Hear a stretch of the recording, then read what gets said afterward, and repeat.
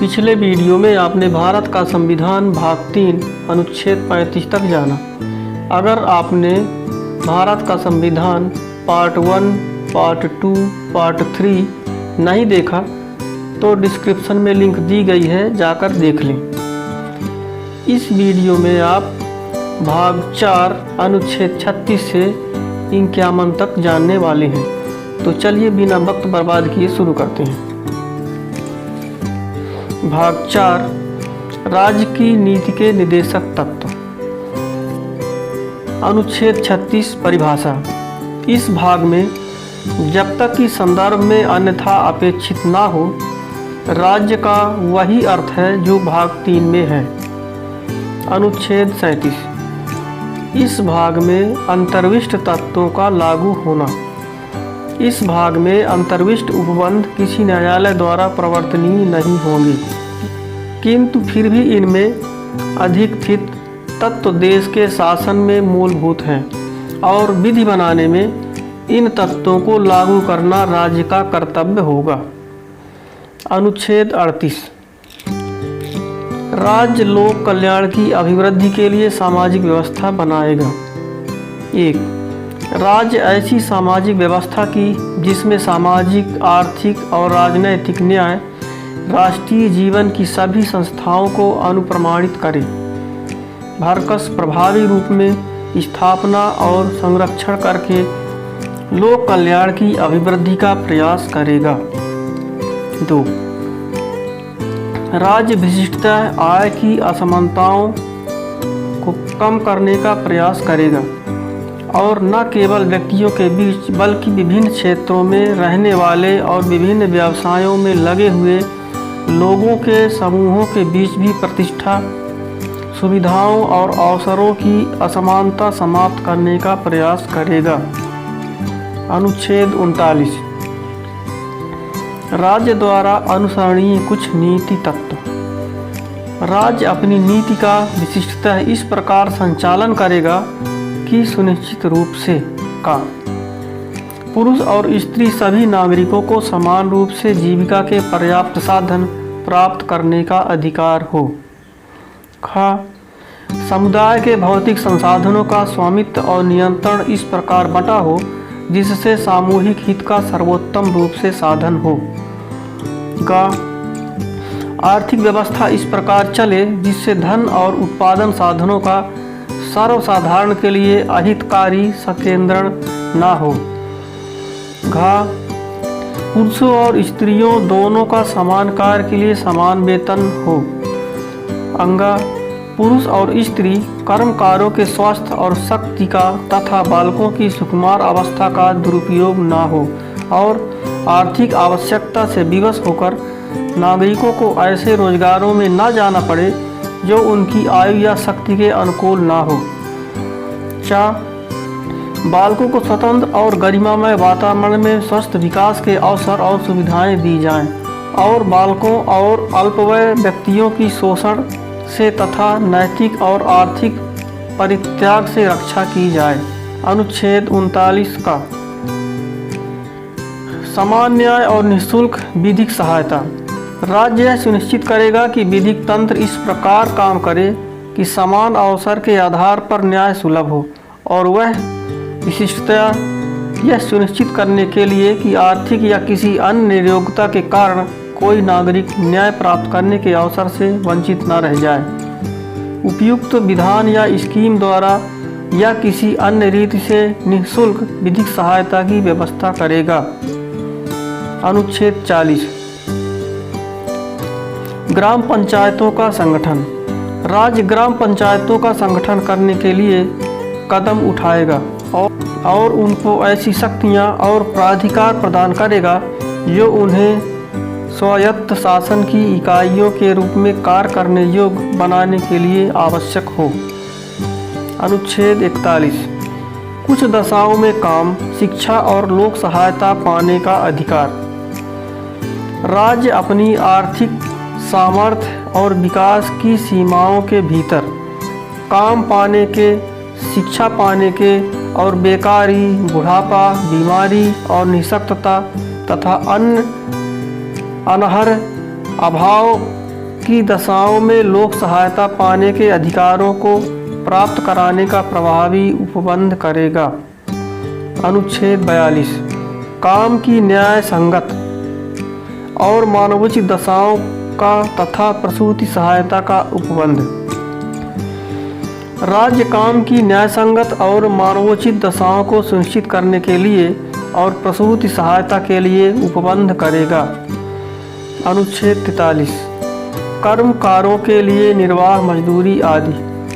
राज्य उपयुक्त विधान या आर्थिक संगठन द्वारा या किसी अन्य रीति से कृषि के, उद्योग के या अन्य प्रकार के सभी कर्मकारों को काम, निर्वाह मजदूरी, शिष्ट जीवन स्तर और अवकाश का संपूर्ण उपभोग सुनिश्चित करने वाली काम की दशाएं तथा सामाजिक और सांस्कृतिक अवसर प्राप्त कराने का प्रयास करेगा और विशिष्टतः ग्रामों में कुटीर उद्योगों को वैयक्तिक या सहकारी आधार पर बढ़ाने का प्रयास करेगा। अनुच्छेद 43 का उद्योगों के प्रबंध में कर्मकारों का भाग लेना। राज्य किसी उद्योग में लगे हुए उपक्रमों, स्थापनों या अन्य संगठनों के प्रबंध में कर्मकारों का भाग लेना सुनिश्चित करने के लिए उपयुक्त विधान द्वारा किसी अन्य रीति से कदम उठाएगा।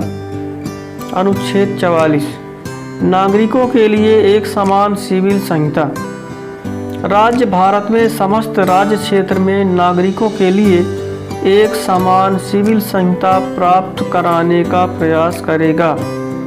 अनुच्छेद 45 बालकों के लिए निःशुल्क अनिवार्य शिक्षा का उपबंध।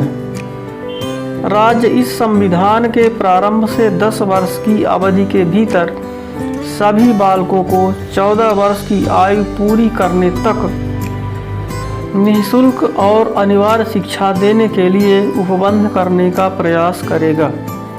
अनुच्छेद 46 अनुसूचित जातियों, अनुसूचित जनजातियों और अन्य दुर्बल वर्गों के शिक्षा और अर्थ संबंधी हितों की अभिवृद्धि। राज्य जनता के दुर्बल वर्गों के, विशिष्टता अनुसूचित जातियों और अनुसूचित जनजातियों के शिक्षा और अर्थ संबंधी हितों की विशेष सावधानी से अभिवृद्धि करेगा और सामाजिक अन्याय, सभी प्रकार के शोषण से उसकी संरक्षा करेगा। अनुच्छेद 47 पोषाहार स्तर और जीवन स्तर को ऊंचा करने तथा लोक स्वास्थ्य का सुधार करने का राज्य का कर्तव्य।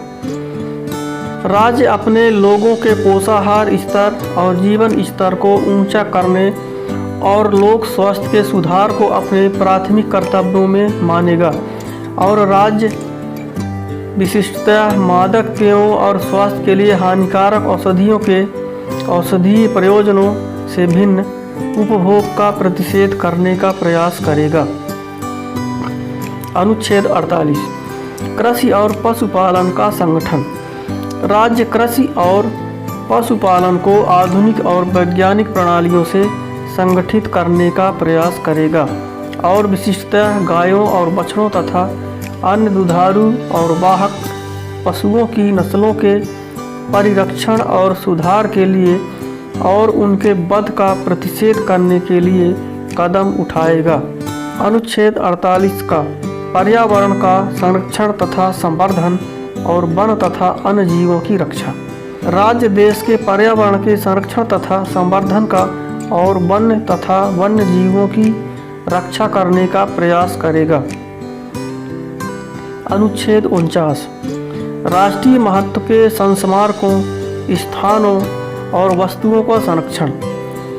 संसद द्वारा बनाई गई विधि द्वारा या उसके अधीन राष्ट्रीय महत्व वाले घोषित किए गए कलात्मक या ऐतिहासिक अभिरुचि वाले प्रत्येक स्मारक या स्थान या वस्तु का यथास्थिति लुंठन, विरूपण, विनाश, अपसारण, व्ययन या निर्यात से संरक्षण करना राज्य की बाध्यता होगी।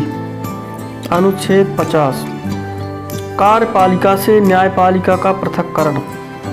राज्य की लोक सेवाओं में न्यायपालिका को कार्यपालिका से पृथक करने के लिए राज्य कदम उठाएगा। अनुच्छेद 51 अंतर्राष्ट्रीय शांति और सुरक्षा की अभिवृद्धि। राज्य का अंतर्राष्ट्रीय शांति और सुरक्षा की अभिवृद्धि का। खा राष्ट्रों के बीच न्यायसंगत और सम्मानपूर्ण संबंधों को बनाए रखने का। गा संगठित लोगों के एक दूसरे से व्यवहार में अंतर्राष्ट्रीय विधि और संधि बाध्यताओं के प्रति आदर बढ़ाने का और विवादों के मध्य स्तंभ द्वारा निपटारे के लिए प्रोत्साहन देने का प्रयास करेगा।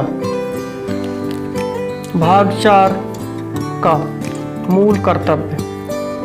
अनुच्छेद 51 का मूल कर्तव्य। भारत के प्रत्येक नागरिक का यह कर्तव्य होगा कि वह का संविधान का पालन करे और उसके आदर्शों, संस्थाओं, राष्ट्रध्वज और राष्ट्रगान का आदर करे। खा स्वतंत्रता के लिए हमारे राष्ट्रीय आंदोलन को प्रेरित करने वाले उच्च आदर्शों को हृदय में संजोए रखे और उनका पालन करे। गा भारत की प्रभुता, एकता और अखंडता की रक्षा करे और उसे अक्षुण्ण रखे। कहा देश की रक्षा करे और आह्वान किए जाने पर राष्ट्र की सेवा करे। अंगा भारत के सभी लोगों में समरसता और समान भ्रातृत्व की भावना का निर्माण करे, जो धर्म, भाषा और प्रदेश या वर्ग पर आधारित सभी भेदभावों से परे हो। ऐसी प्रथाओं का त्याग करे जो स्त्रियों के सम्मान के विरुद्ध है। चा सामाजिक संस्कृति की गौरवशाली परंपरा का महत्व समझे और उसका परिरक्षण करे। छा प्राकृतिक पर्यावरण की, जिसके अंतर्गत वन, झील, नदी और वन्य जीव हैं, रक्षा करे और उसका संवर्धन करे तथा प्राणी मात्र के लिए दया भाव रखे। जा वैज्ञानिक दृष्टिकोण, मानववाद और ज्ञानार्जन तथा सुधार की भावना का विकास करे। झा सार्वजनिक संपत्ति को सुरक्षित रखे और हिंसा से दूर रखे।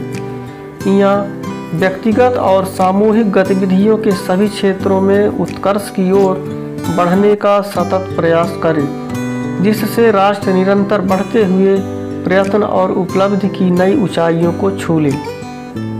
टा यदि माता पिता या संरक्षक हैं 6 वर्ष से 14 वर्ष तक की आयु वाले अपने यथास्थिति बालक या प्रतिपाल्य के लिए शिक्षा के अवसर प्रदान करें।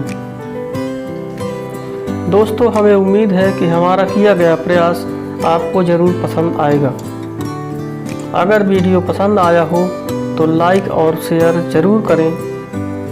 चैनल में नए हैं तो सब्सक्राइब कर लें, बगल वाली घंटी को प्रेस करके ऑल पर कर दें ताकि आने वाली वीडियो सबसे पहले आप तक पहुंचे। मिलते हैं अगले वीडियो में नई जानकारी के साथ। धन्यवाद।